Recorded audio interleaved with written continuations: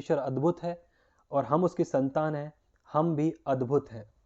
हम प्रभु यीशु मसीह में अद्भुत हैं। आप प्रभु यीशु मसीह में अद्भुत हैं।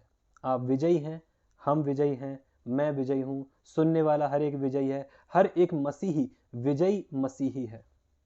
लेकिन पता है हम और आप विजयी जीवन जी नहीं पाते। क्यों नहीं जी पाते? क्यों हम और आप अपने जीवन में आगे नहीं बढ़ पाते? हमने जिस दिन बपतिस्मा लिया था ना, अगर हम अपने पुराने विचारों को सोचें, पुराने जीवन को थोड़ा सा एनालाइज करें, तो हमें मालूम पड़ेगा कि जिस दिन हमने बपतिस्मा लिया उस दिन में और आज के दिन में हमारा प्रेम, जो रेशियो है परमेश्वर के प्रति हमारे प्रेम का, उसमें कितना बदलाव है।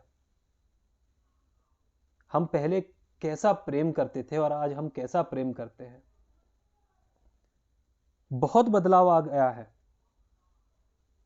हमें पहले बिना बाइबल के चैन नहीं पड़ता था, बिना प्रार्थना के सुकून नहीं आता था, उपवासों में जिंदगी जीते थे, प्रार्थनाएं करते थे, रातों को उठ उठकर प्रार्थनाएं करते थे। आज क्या हो गया है? आज सुस्ती क्यों आ गई है? कभी सोचिए, अपने जीवन को एनालाइज करने की कोशिश करिए कि आखिर पहले सी बात क्यों नहीं रही अब मुझ में। पहले क्या था? दिन भर थक के ऑफिस से आते थे और फिर भी शाम को भागते हुए चर्च चले जाते थे। खाना आके खा लेंगे, खाना आके बना लेंगे, काम बाद में कर लेंगे, पर पहले कलीसिया में जाना है, पहले प्रार्थना करनी है, पहले वचन पढ़ना है। पहले किसी को तो बाइबल देते थे हम, पहले किसी को तो वचन बताते थे हम, पहले किसी को तो गवाही देते थे हम। आज वो प्रेम थोड़ा ठंडा सा हो गया है। आज वो बात कहीं ना कहीं थोड़ी नम्र पड़ गई है। आज मोबाइल में बाइबल ओपन करना ज्यादा कंफर्टेबल लगता है, सिवाय इसके कि बगल में रखी हुई बाइबल उठा के पढ़ लेने के। कुछ तो बात जो वेरिएट कर रही है, कुछ तो है जो हमारे जीवन में, कुछ तो है जो रजिस्ट कर रहा है, कुछ तो है जो रोक रहा है, या कुछ बातें हैं जिनमें हम सुस्त पड़ गए। प्रभु कहता है कि तुमने पहले सा प्रेम छोड़ दिया। क्या हमने छोड़ दिया? हम जब सोचते हैं या अपने बारे में बात करते हैं या कभी हम अपने मन को परमेश्वर की ओर उठाते, तो हमें लगता है कि बिल्कुल सब सही चल रहा है। ऐसा तो कुछ भी नहीं है।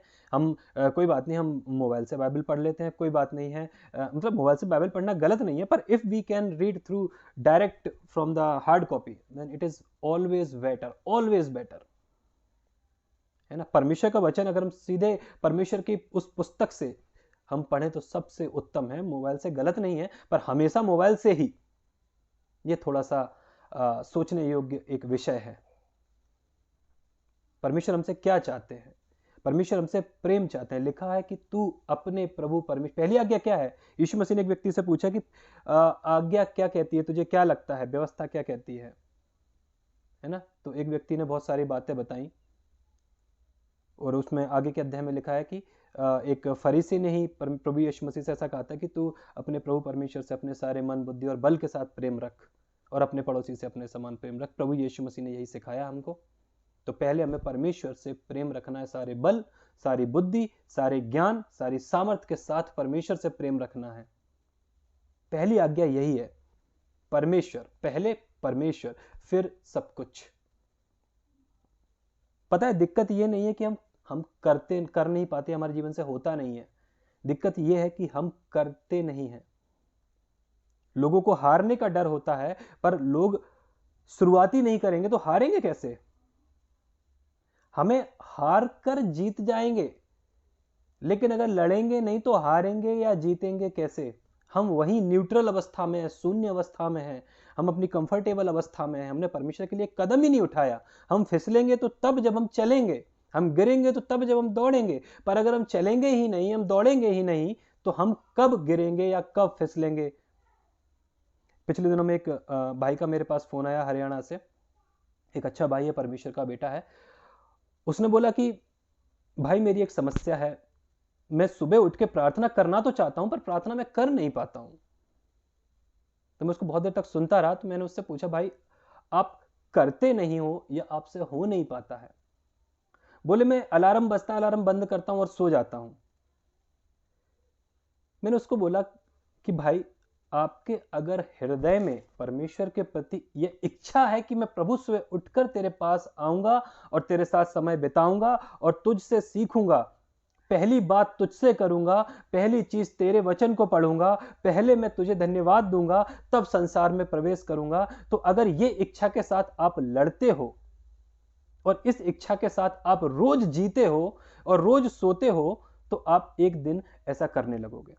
लेकिन अगर आपने अलार्म सिर्फ इसलिए लगा दिया कि ठीक है मैं सुबह कोशिश करूंगा, और सुबह उठे और बंद कर दिया अलार्म, उंगली से आपको मालूम है स्वाइप हो जाता है, और अलार्म बंद कर दिया और हम फिर सो गए, तो आपको मालूम है हम लोग कोशिश ही नहीं कर रहे। मैंने इस भाई को एक छोटा सा बस यही सजेशन दिया, आप सुबह जब भी अलार्म बजता है, आप 5 सेकंड के लिए भी अगर उठ सकते हैं तो उठिए, धन्यवाद करिए। और नींद पे कंट्रोल नहीं है तो आप वापस सो सकते हैं, लेकिन परमेश्वर से कहो प्रभु मेरी नींद पे कंट्रोल कर, मुझे अनुग्रह दे। लेकिन आप उठिए, आप 5 मिनट के लिए उठिए, आप 2 मिनट के लिए उठिए, आपका 2 मिनट 20 मिनट और 20 मिनट 1 घंटा बदलेगा, यह परमेश्वर के अनुग्रह से होगा। लेकिन कोशिश करिए, हम और आप कोशिश नहीं करते, यही हमारी एक बहुत बड़ी कमजोरी है। हमें कोशिश करना चाहिए परमेश्वर के कामों के लिए, हमें कोशिश करना चाहिए प्रेम करने के लिए, हमें कोशिश करना चाहिए कलीसिया में जाने के लिए, हमें कोशिश करना चाहिए आपस में एक दूसरे का ख्याल रखने के लिए, प्रार्थना करने के लिए, प्रभु में उपवास में आने के लिए, प्रभु का वचन पढ़ने के लिए। कई लोग बहुत बिजी होते हैं, हम भी बिजी हैं, हम सब बिजी हैं, मालूम है आजकल की जिंदगी कैसी है, कितना व्यस्त जीवन है, पर फिर भी परमेश्वर को हम दिन में कितनी बार याद कर सकते हैं। कोशिश करिए, खाते समय, पीते समय, ऑफिस जाते समय, आते समय परमेश्वर से बात करिए।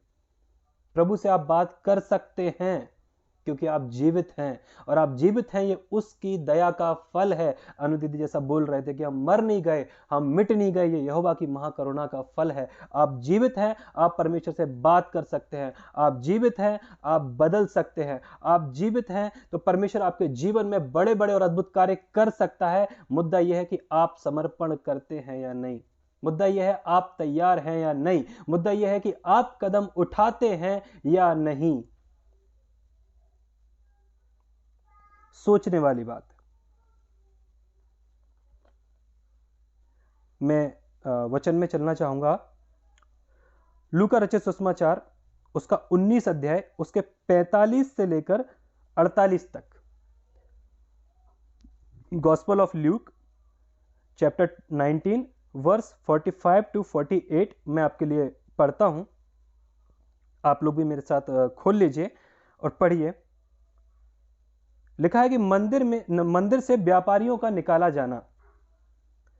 तब वह मंदिर में जाकर बेचने वालों को बाहर निकालने लगा और उनसे कहा, लिखा है मेरा घर प्रार्थना का घर होगा, परंतु तुमने उसे डाकुओं की खो बना दिया है। वह प्रतिदिन मंदिर में उपदेश करता था और प्रधान याजक और शास्त्री और लोगों के प्रमुख उसे नष्ट करने का अवसर ढूंढते थे, परंतु कोई उपाय ना निकाल सके कि यह किस प्रकार करें, क्योंकि सब लोग बड़ी चाह से उसकी सुनते थे। आमीन, हालेलुया। प्रभु आपको आशीष दे। एक बार प्रभु यीशु मसीह मंदिर में गए, वहां उन्होंने कुछ बिजनेस होते देखा। हम सबको ये कहानी मालूम है, हम सब बहुत अच्छे से जानते हैं, कई लोगों ने इस बारे में बहुत सारी बातें बहुत पहले सुनी है, बहुत बार प्रचार सुना है। एक बार फिर से हम इस पर मनन करेंगे। यीशु मसीह एक बार मंदिर में गए, उन्होंने देखा कि वहां पर कुछ कहना चाहिए छोटी छोटी दुकानें लगी हुई हैं, है ना। कुछ लोग कबूतर बेच रहे हैं, कुछ लोग कुछ और बेच रहे हैं, कुछ लोग बकरे बेच रहे हैं, कुछ लोग खाने पीने का सामान बेच रहे हैं, कुछ लोग कपड़े बेच रहे हैं, कुछ लोग शॉल बेच रहे हैं। ऐसी बहुत सारी दुकानें वहां पर लगी हुई थी, और यह देखकर यीशु मसीह को गुस्सा आ गया। आपको पता है परमेश्वर का वचन कहता है, तुम मेरा घर हो, तुम अपने नहीं हो, तुम खरीदे गए हो, और परमेश्वर का आत्मा तुम में वास करता है। लिखा है जो कोई मेरा मंदिर नाश करेगा मैं उसे नाश करूंगा। प्रकाशित वाक्य 3:20 में लिखा है कि मैं द्वार पर खड़ा हुआ खटखटाता हूं, जो कोई मेरी आवाज सुनकर द्वार खोलेगा उसके साथ मैं अंदर आऊंगा और उसके साथ खाना खाऊंगा।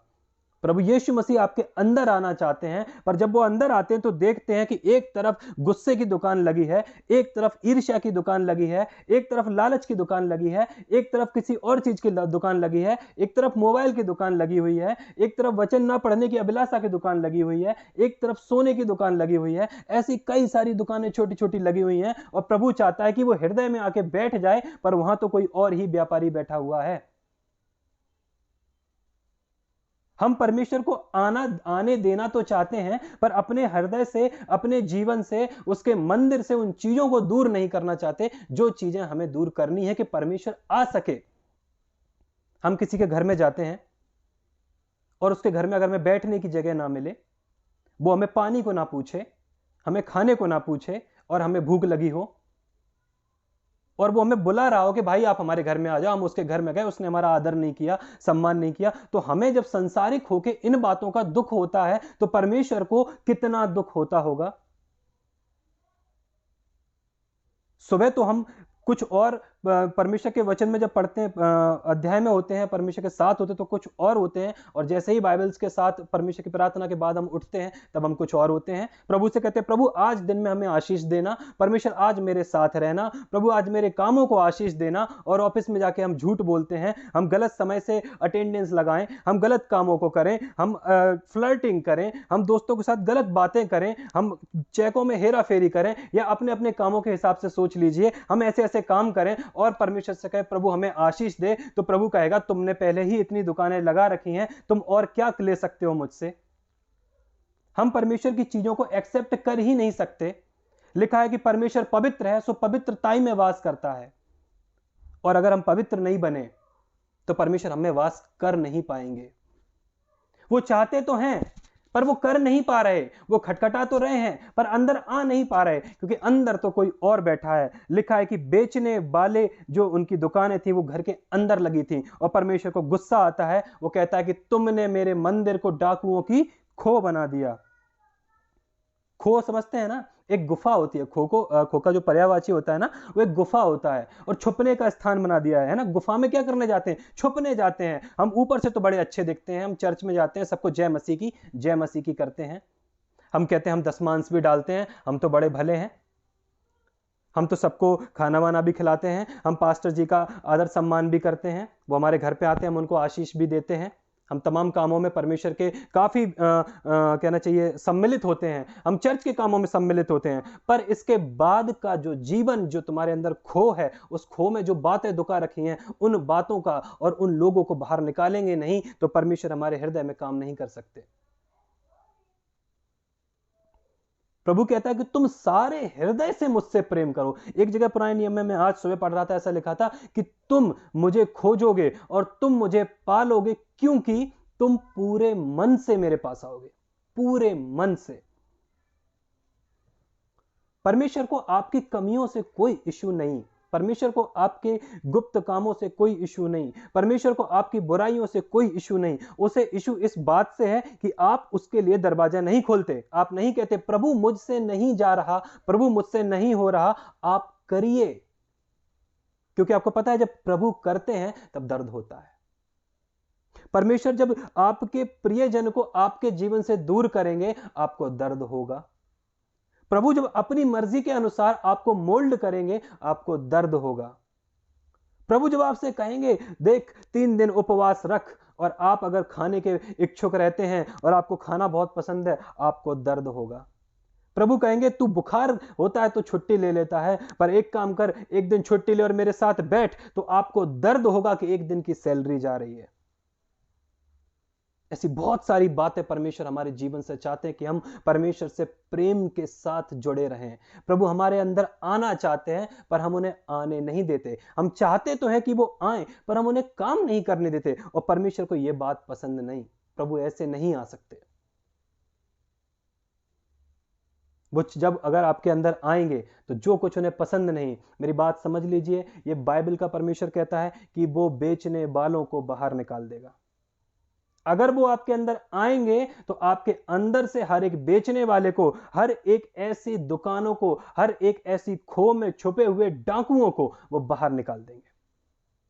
क्योंकि या तो आप संसार के राज्य में रह सकते हैं संसार के सरदार के राज्य में या आप परमेश्वर के राज्य में रह सकते हैं। ये आपको फैसला करना है कि कैसे रहना है, किसके अंडर रहना है। मैंने एक मूवी देख रहा था, मैं क्रिश्चियन मूवी है, मेरे को नाम याद नहीं आ रहा है, शायद वॉर रूम है, ऐसा कुछ नाम है। तो मैं बताता हूँ, उसका एक बहुत ही अच्छा पार्ट था जो मुझे बहुत अच्छा लगा। हालेलुया रिबा बारा बला बारा खावली खामा शंदरान दारस्तारमा नी विस्फोरन समृद्ध पुरताल बेरे बर्दना शंदरी खातना अगर मस्फोरन शंदला बरा पलबशो क्रेसपुर मान समरेश नीवा कलबा पाली शंदनाना नद्रस्तोरिता मस्कुरमो समलेकर मोशकिन कामा। हालेलुया हालेलुया स्तुति स्तुति स्तुति स्तुति स्तुति स्तुति स्तुति स्तुति स्तुति स्तुति स्तुति। माफ करिए, लिंक की एक्सपायर की वजह से शायद वीडियो चला गया था।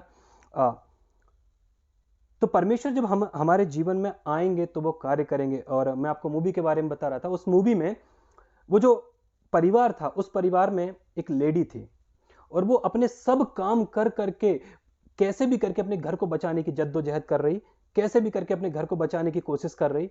और उसने अपने पति से भी प्रेम करना और अपने बच्चों के साथ और प्रेम से बर्ताव करना शुरू कर दिया, लेकिन उसका कोई भी काम उसके परिवार को बचा नहीं पा रहा, उसकी कोई भी चीज उसके परिवार में बरकत नहीं ला पा रही। एक दिन वो बहुत फ्रस्ट्रेट हो गई और एक परमेश्वर की दासी से मिली, उसने उसे प्रभु के बारे में और ज्यादा बताया। अब जब ये प्रभु को जान ली तो उसने एक दिन अपने घर में घोषणा करी, जब वो अकेली थी और सारे डिप्रेशन से घिरी हुई, तब परमेश्वर, उस बेटी ने प्रभु के सामने एक घोषणा की शैतान से खुलेआम कि शैतान, तेरा मुझ पे कोई अधिकार नहीं, तेरा मेरे घर पे कोई अधिकार नहीं, तेरा मेरे बच्चों पे कोई अधिकार नहीं, तेरा मेरे पति पे कोई अधिकार नहीं, मेरे फाइनेंस पे कोई अधिकार नहीं, मेरी कामयाबियों पर, मेरी नौकरियों पर कोई अधिकार नहीं, और मैं तुझे रिजेक्ट करती हूं। मैं प्रभु यीशु मसीह को एक्सेप्ट करती हूं। उसने बोला कि आज से मैं जिसके अंडर में हूं वो प्रभु यीशु मसीह है, मेरे घर का मैनेजर प्रभु यीशु मसीह है और अब उसके नियमों के अनुसार मेरा घर चलेगा। ऐसी घोषणा करके वो परमेश्वर के सामने जीने लगी। और जैसा मूवियों में होता है, और हम क्रिश्चियन जैसा विश्वास करते हैं कि जब हम परमेश्वर के अंडर आ जाते हैं तब परमेश्वर अपना कोड़ा उठाते हैं और सबको बाहर निकालते हैं। आपको पता है, ऐसी बहुत सारी गवाहियां आपने सुनी होंगी, मैंने सुनी है, लेकिन प्रभु को घर में, उसके घर में अंदर आना है। यूहन्ना की पत्री पहला अध्याय, यूहन्ना रचित सुसमाचार पहला अध्याय में लिखा है, वह अपने घर में आया और उसके अपनों ने उसे ग्रहण नहीं किया, क्योंकि उस जो उनके काम प्रकट हो जाएंगे। मैं आपके लिए पढ़ता हूं, एग्जैक्ट जैसा लिखा हुआ है। हालेलुया। यूहन्ना रचित सुसमाचार पहले अध्याय में मैं आपके साथ पढ़ता हूं। आमीन आमीन हालेलुया स्तुति स्तुति स्तुति स्तुति। वह अपने घर में, हाँ 11वें पद में लिखा है, वह अपने घर आया और उसके अपनों ने उसे ग्रहण नहीं किया। वह अपने घर में आया, वह आपके अंदर आया, वह मेरे अंदर आया, वह हम सबके अंदर आना चाहता है, लेकिन लिखा है कि उसके अपने उसे ग्रहण नहीं कर रहे। आप उसे ग्रहण नहीं कर रहे। आप चाहते तो हैं पर हो नहीं रहा, आप करना तो चाहते हैं पर कर नहीं पा रहे हैं। परमेश्वर का वचन कहता है, रोमियो की पत्री 7वें अध्याय में लिखा हुआ इस तरह की बात है कि जो मैं करना चाहता हूं वो मैं नहीं करता हूं, और जो मैं नहीं करना चाहता हूं वही मैं करता हूं। इस कारण करने वाला मैं नहीं वरन वह पाप जो मुझ में रहता है। आपके अंदर कुछ बात है जो आपको रोकती है, कुछ ऐसी चीजें हैं जो आपको रोकती हैं। कौन रोकता है? सोच लीजिए, बैठिए, थोड़ा मनन करिए। आपको मालूम है, इसहाक की एक बहुत अच्छी आदत थी। वो लिखा है कि वो प्रति शाम को परमेश्वर का वचन मनन करने जाता था। परमेश्वर का वचन मनन करने के लिए हम भी मनन करें। प्रभु, एक ऐसी बात है जो मुझसे नहीं हो रही, प्रभु एक ऐसी चीज है जो मुझसे नहीं हो रही, ये वाली आदत मुझसे नहीं छूट रही। मैं आपको एक अपने जीवन की एक गवाही देकर प्रोत्साहित करना चाहूंगा। परमेश्वर की बड़ी महिमा बताता हूं आपको। मैं पहले इतनी मूवीज देखता था कि ना तो साउथ की, ना हॉलीवुड की, ना बॉलीवुड की, ना कोई वेब सीरीज मुझसे बचती थी, सब देखता था। पर मैं छोड़ना भी चाहता था सीधे हाथों में कि परमेश्वर मैं ऐसे नहीं करना चाहता। लेकिन प्रतिदिन जब मैं खाना खाने बैठता था शाम को, एक बढ़िया साउथ की मूवी लगाई या हॉलीवुड की मूवी लगाई या कोई वेब सीरीज लगाई और उसको देखता था, फिर वो देखते देखते 1 घंटे 2 घंटे 3 घंटे 11 साढ़े 11 12 1:30 बज जाते थे, क्योंकि वो एपिसोड्स में होती हैं, आपको मालूम है ना। तो ऐसा डेली होता था मेरे साथ और मैं डेली परमेश्वर से कहता, प्रभु मैं इसको नहीं देखना चाहता हूं, पर ये मुझसे होता नहीं है, मैं करना चाहता हूं पर होता नहीं है, मेरी सहायता करिए। और मैं आपको सच कहता हूं, परमेश्वर के बड़े अनुग्रह से मेरे जीवन में यह काम हुआ है कि आज मूवी की वो लगन खत्म हो गई, मूवी की वो इच्छा जैसी थी वो खत्म हो गई। अब कभी अगर देखना भी है तो 15-20 मिनट का एंटरटेनमेंट के लिए, वरना मूवियां देखने का शौक खत्म हो चुका है मेरे अंदर से। ये इसलिए नहीं कि मैं मूवी देखना गलत है या कुछ बात, इसलिए नहीं, पर मुझे बुरा इसलिए लगता था क्योंकि ये चीज ऐसी थी मेरे जीवन में जो मुझे परमेश्वर के प्रति रोकती थी। एक तरफ मन करता था बाइबल रखिए पास में, आप पढ़ लो, पर एक हाथ में साइड में लैपटॉप था और लेकिन उसमें बहुत सारी मूवियां पड़ी हैं। हम कर सकते हैं। प्रभु का दास कहता है कि मैं सब कुछ कर सकता हूं जो मुझे सामर्थ्य देता है। हालेलुया। आप सब कुछ कर सकते हैं। आप अगर यीशु मसीह को अपने हृदय में आने दें तो प्रभु यीशु मसीह आपके जीवन में सब कुछ कर सकते हैं। लेकिन एक बात कंफर्म है कि अगर प्रभु करते हैं और आप उन्हें अलाउ करते हैं, तो लिखा है कि जिन्हें वह पुत्र बना लेता है उन्हें कोड़े भी लगाता है और वह उन्हें छांटता भी है। अगर आपको दर्द हो तो परमेश्वर को मना मत करिए, प्रभु से कहिए, प्रभु अगर यह आपकी इच्छा में है तो इसे होने दीजिए। आप अपने जीवन में वो बदलाव देखेंगे, वो परमेश्वर की महिमा देखेंगे। जब आपके अंदर से वो डाकुओं की खो से डाकू निकल जाएंगे, जब आपके अंदर से दुकानें पलट दी जाएंगी, जब आपके अंदर परमेश्वर का प्रेम आ जाएगा, यीशु मसीह अंदर आ जाएंगे और परमेश्वर का आत्मा जब आपके अंदर आ जाएगा, आप उस बदलाव को देखेंगे। आपको पता है, लोग प्रभु यीशु मसीह पर, फरीसी सदूकी, उन पर दोष लगाने का अवसर ढूंढते थे, उनको मारने का अवसर ढूंढते थे, उनको हल्ले चोट पहुंचाने का अवसर ढूंढते थे, लेकिन एक बार भी नहीं कर सके। कई जगह ऐसा लिखा है कि उन्होंने उस पर हाथ डाले पर उसे ना पकड़ सके, क्योंकि उसका समय नहीं आया था। जब तक आपका समय नहीं आएगा कोई आपको टच नहीं कर सकता। लिखा है कि जो कोई तुम्हें छूता है मेरी आंख की पुतली को छूता है। अपनी आंख की पुतली को छू के देखिए, आपके आंसू निकल आएंगे। तो जैसे कोई आपको छुएगा, प्रभु के आंसू निकलते हैं, क्योंकि आप उसकी आंख की पुतली हैं। लेकिन उसकी आंख की पुतली तभी बन सकते हैं जब वो हमारे अंदर रह सके, उसका आत्मा हमारे अंदर रह सके, वो अपने घर में रह सकेगा, तभी अपने घर का ख्याल रखेगा। हम अपना घर साफ करते हैं तो हमें अगर जाला दिखता है हम साफ करते हैं, हमें गंदगी दिखती है हम साफ करते हैं, हमें पोछा लगाने की जरूरत पड़ती है हम पोछा लगाते हैं, हमें लगता है कि अरे यार एक काम करते हैं, दीवार खाली दिख रही है इस पे कुछ फोटोज टांग देते हैं, हम घर को सुंदर बनाने की कोशिश करते हैं। परमेश्वर हमें सुंदर बनाना चाहता है। लिखा है कि वो कलीसिया को बिना दाग, बिना झुर्री और बिना निष्कलंक कलीसिया करके परमेश्वर के सामने खड़ा करना चाहता है, पर कलीसिया उसे अंदर आने नहीं दे रही। कलीसिया प्रभु यीशु मसीह को अंदर आने दे तो प्रभु यीशु मसीह कलीसिया की रंगत बदल देंगे। एक गाना ऐसा कहता है कि मेरा दिल बने तेरा सिंहासन और मेरी आत्मा तेरा आसन। हालेलुया। परमेश्वर आपके दिल पर बैठना चाहते हैं, वो सिंहासन पर बैठना चाहते हैं। प्रभु कहते हैं तू मुझे अंदर आने दे, तू समर्पण कर, तुझसे नहीं बनेगा तो मैं करूंगा। आपको मालूम है, कल मैं एक वचन पढ़ रहा था, उसमें ऐसा लिखा है कि प्रभु यहोवा ऐसा कहते हैं कि मैं उनकी भटक जाने की आदत को दूर करूंगा। आपको लगता है आप भटक जाते हैं, तो प्रभु कहता है मैं तुम्हारी आदत को दूर करूंगा। नए नियम में लिखा है मैं उनके भटक जाने की आदत को दूर करूंगा, मैं उनमें चला फिरा करूंगा, मैं उनको फिर से ज्यों का त्यों कर दूंगा, मैं उनको आशीष का बारिश बनाऊंगा, मैं उनको आशीष दूंगा। और न जाने कितने वादे परमेश्वर ने कहे और सब जगह यह कहा है मैं करूंगा, तुम नहीं करोगे। लेकिन कब? जब हम प्रभु यीशु मसीह को अंदर आने देंगे, जब हम प्रभु को अंदर आने देंगे, जब हम पवित्र आत्मा को काम करने देंगे। आपको पता है पवित्र आत्मा परमेश्वर के वचन से ही काम करते हैं। हम और आप चाहें कि हमारा परमेश्वर से आशीष पाए तो सीधा मांग मांग के हमको मिलने वाली नहीं है। जब तक हम प्रभु यीशु मसीह के द्वारा परमेश्वर के पास नहीं जाएं, हमें आशीष नहीं मिलने वाली। प्रभु यीशु मसीह के द्वारा जाने से ही हमें आशीष मिलती है। लिखा है स्वर्ग का द्वार मैं हूं, तो स्वर्ग में जाना है तो प्रभु यीशु मसीह के द्वारा ही जा सकते हैं। कुछ पाना है तो यीशु मसीह के द्वारा ही पा सकते हैं। हालेलुया। परमेश्वर बहुत दयालु हैं उन्हें नहीं पसंद है कि आपके अंदर, हमारे अंदर ऐसा संसारिक बातें काम करें, हमारे अंदर ऐसी ऐसी संसारिक चीजें कार्य करें, हमारे ऐसी अभिलाषाएं काम करें। परमेश्वर को नहीं पसंद। उसे नहीं पसंद कि आप गरीब रहें, उसे नहीं पसंद कि आप आशीष ना पाएं, उसे नहीं पसंद कि आप बांझ रहें, उसे नहीं पसंद कि आप बीमारी में रहें, उसे ऐसी कुछ भी बात पसंद नहीं, क्योंकि इसी चीजों की वजह से उसने क्रूस पर जान दे दी, उसने कोड़े खा लिए, उसने तमाम तरह का दुख सह लिया। लेकिन क्यों? क्योंकि ताकि हम और आप आजाद हो जाएं। पर आज जब उसके लहू से, उस पर विश्वास करने से हम और आप आजाद हो गए, फिर भी कुछ बातें हमने अपने पास रख ली। हालेलुया।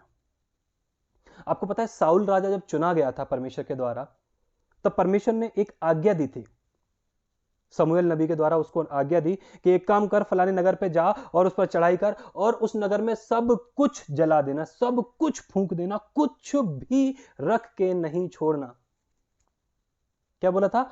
सब कुछ, कुछ भी रख के नहीं छोड़ना। लेकिन साउल ने जब चढ़ाई की तो उसने क्या देखा? ओहो, बड़ी अच्छी अच्छी गाय हैं, बड़े अच्छे अच्छे बैल हैं, बड़ी अच्छी अच्छी चीजें हैं। उसने कुछ चीजों को रख के छोड़ लिया, कुछ पशुओं को एक तरफ रख लिया, उनको नहीं जलाया, उनको नहीं मारा, बाकी सब उसने जला दिया, पर कुछ उसने वहां से रख लिया, उसने रख लिया। अब जब समूएल आता तो समूएल कहता है, मैं ये कैसा रमाना सुनता हूं, मैं ये कैसी आवाज सुनता हूं। और साउल कहता है कि ये तो मैंने तेरे परमेश्वर के बलिदान के लिए रख छोड़े हैं। परमेश्वर को बड़ा क्रोध आया और वो समूएल के द्वारा उससे बोलते हैं कि परमेश्वर ने तुझे राजा होने के लिए अयोग्य जाना है। परमेश्वर अगर चाहते हैं कि आप अगर कोई काम कर दें और इसको इस तरीके से करें, उसमें बिल्कुल नहीं करें या इतना करें या उतना करें, तो परमेश्वर के वचन के अनुसार करिए। प्रभु चाहते हैं कि अगर शाम तक क्रोध ना रहे, लिखा है, जैसा आपको पता है, हम सबको ये वचन बहुत अच्छे से मालूम है कि तू क्रोध तो कर पर पाप ना कर, और सांझ होने से पहले यानी सूरज डूब जाने से पहले तेरा क्रोध शांत हो जाए, शैतान को अवसर मत दे। पर कितने लोग हैं जो शाम तक क्रोध होना सच में खत्म कर देते हैं? मुझे बताइए। सोचिए अपने जीवन के बारे में कि आप सच में हर प्रतिदिन, अगर आपको किसी के प्रति गुस्सा है, किसी के प्रति निराशा है, किसी के प्रति जलन है, किसी को आपने ठेस पहुंचाई है, तो शाम की संगति में, सुबह की संगति में परमेश्वर के सामने आने से पहले आप उससे मेल मिलाप कर लेते हैं, या आप माफी मांग लेते हैं, या आप अपना क्रोध शांत कर लेते हैं? क्या ऐसा करते हैं? क्या हम ऐसा करते हैं कि परमेश्वर हमसे कहता है कि एक काम कर, तू इसकी मदद कर, और तुम कहते हो नहीं प्रभु, मेरे पास तो इतने ही पैसे हैं, लेकिन फिर भी आपकी आत्मा में उभारा जा रहा है कि प्रभु कहता है कि मदद कर, और हम करते हैं? करते हैं क्या? बाहर खाना खाने जाएंगे तो 100 रुपए होंगे तो भी 150 का खाना खा के आ जाएंगे। अरे कोई बात नहीं, चलो यार 50 और चलता है, एक काम करते हैं, ये डिश और मंगा लेते हैं, इसको खा लेते हैं, मन अच्छा हो जाएगा। पर कभी कलीसिया में सोचते हैं, हम सालों से 10 रुपए दे रहे हैं, इस बार तो मैं 50 रुपए डालूंगा, या 50 दे रहे हैं, इस बार तो मैं 100 रुपए डालूंगा। ऐसा कभी निर्णय लिया प्रभु के लिए? कभी सोचा कि परमेश्वर के दास जब आपके पास आते हैं और वो इतनी दूर दूर से सफर करते हैं, तमाम बातों में वो आपके लिए प्रार्थनाएं करते हैं, वो आपके घर पे आते हैं प्रार्थना करने, उनके पेट्रोल का खर्चा उनको दे दीजिए। कभी सोचते हैं कि आपके पड़ोस चर्च में आने वाले तमाम छोटे छोटे या बड़े बड़े भाई बहन, जिनके जीवन में आपको लगता है कि आप कर सकते हैं और आपको दिखता है कि वो वैलिड है, पर उसके बावजूद अगर आप परमेश्वर से उभारे जाते हैं कि आपको करना चाहिए और परमेश्वर आपको बार बार बोलता है करना चाहिए, आप करते हैं? सुनो, लिखा है गलतियों की पत्री में कि भलाई के काम लिखे हुए हैं, बहुत सारे काम लिखे हुए हैं, प्रेम, कृपा, आनंद, पवित्र आत्मा के 9 फलों के बारे में लिखा है, सारे 9 फलों के विषय में लिखा है कि ऐसे ऐसे कामों के विषय में कोई भी हालेलुया दंड की आज्ञा नहीं है। तो हम कैसे करें ऐसे काम? हम कैसे बने परमेश्वर का मंदिर? हम कैसे बने परमेश्वर के योग्य? उसमें लिखा है, प्रभु कहता है कि मेरा घर प्रार्थना का घर कहलाएगा, परंतु तुमने उसे डाकुओं की खो बना दिया। तुमने, हमसे और आपसे कहता है, कलीसिया से कहता है कि तुमने इसे डाकुओं की खो बना दिया। हमने लालच भर लिया, हमने तमाम प्रकार का बैर भर लिया, हमने परमेश्वर के वचन पर मन नहीं लगाया, उसका वचन हमारे कानों में पड़ा, हमने अपने हृदय को कठोर कर लिया, हम फिरौन जैसे बन जाते हैं। हम नहीं सुनते, हम अंगीकार नहीं करते, हम मना करते जाते हैं, हमसे पाप होता है पर हम छुपाने की कोशिश करते हैं। ऐसा मत करिए। आप नहीं कर सकते, परमेश्वर से आप नहीं लड़ सकते। अगर आप लड़ेंगे हार जाएंगे। आप परमेश्वर से पर केस नहीं कर सकते, आप उसको मुकदमे में नहीं ला सकते, आप कुछ नहीं कर सकते। आप परमेश्वर से भाग भी जाएंगे तो भी परमेश्वर का कोई नुकसान नहीं, उसे दुख होता है। पर अगर आप सोचो कि आपके भाग जाने से उसे नुकसान हो रहा है या स्वर्ग में कुछ घटी हो जाएगी, सुनो उसे कोई नुकसान नहीं। एस्तेर को जब मोर्दकाई कहता है कि अगर तू इजरायलियों का बचाव ना करेगी तो परमेश्वर किसी और रीति से कर लेगा, पर तू सोचे कि तू अगर अपने ऊंचे पद के कारण बच जाएगी, तो ऐसा नहीं हो सकता। परमेश्वर से अपने मन को उसके आगे झुकाइए, प्रभु से कहें प्रभु मेरे हृदय में आ जाओ, प्रभु मेरे मन में आ जाओ, प्रभु मुझसे फलानी आदत नहीं छूटती, प्रभु मुझसे ये काम नहीं छूटता, प्रभु मुझसे वो वाली बात नहीं हो रही, प्रभु मुझसे ये काम नहीं हो रहा, प्रभु मैं करना तो चाहता हूं पर नहीं हो रहा। प्रभु से आप कहिए, आप समर्पण करिए, प्रभु से कहिए प्रभु मैं देना तो चाहता हूं पर मेरे पास नहीं है, आप मुझे दे दीजिए, मैं और दूंगा। आपको पता है हन्ना की प्रार्थना सुनी गई, उसने कहा कि जो कुछ तू मुझे दे, हालेलुया। उसने कहा यदि तू अपनी दासी पर हालेलुया दृष्टि करे और उस पर अनुग्रह करे और उसकी प्रार्थना सुने, तो अपने दासी को एक पुत्र दे और मैं उसे परमेश्वर को सौंप दूंगी। आप परमेश्वर के लिए मांग कर देखिए। प्रभु यीशु मसीह कहते हैं जो कुछ तुम मेरे नाम से मेरी मर्जी से मांगोगे वो मैं तुम्हें दूंगा, हालेलुया।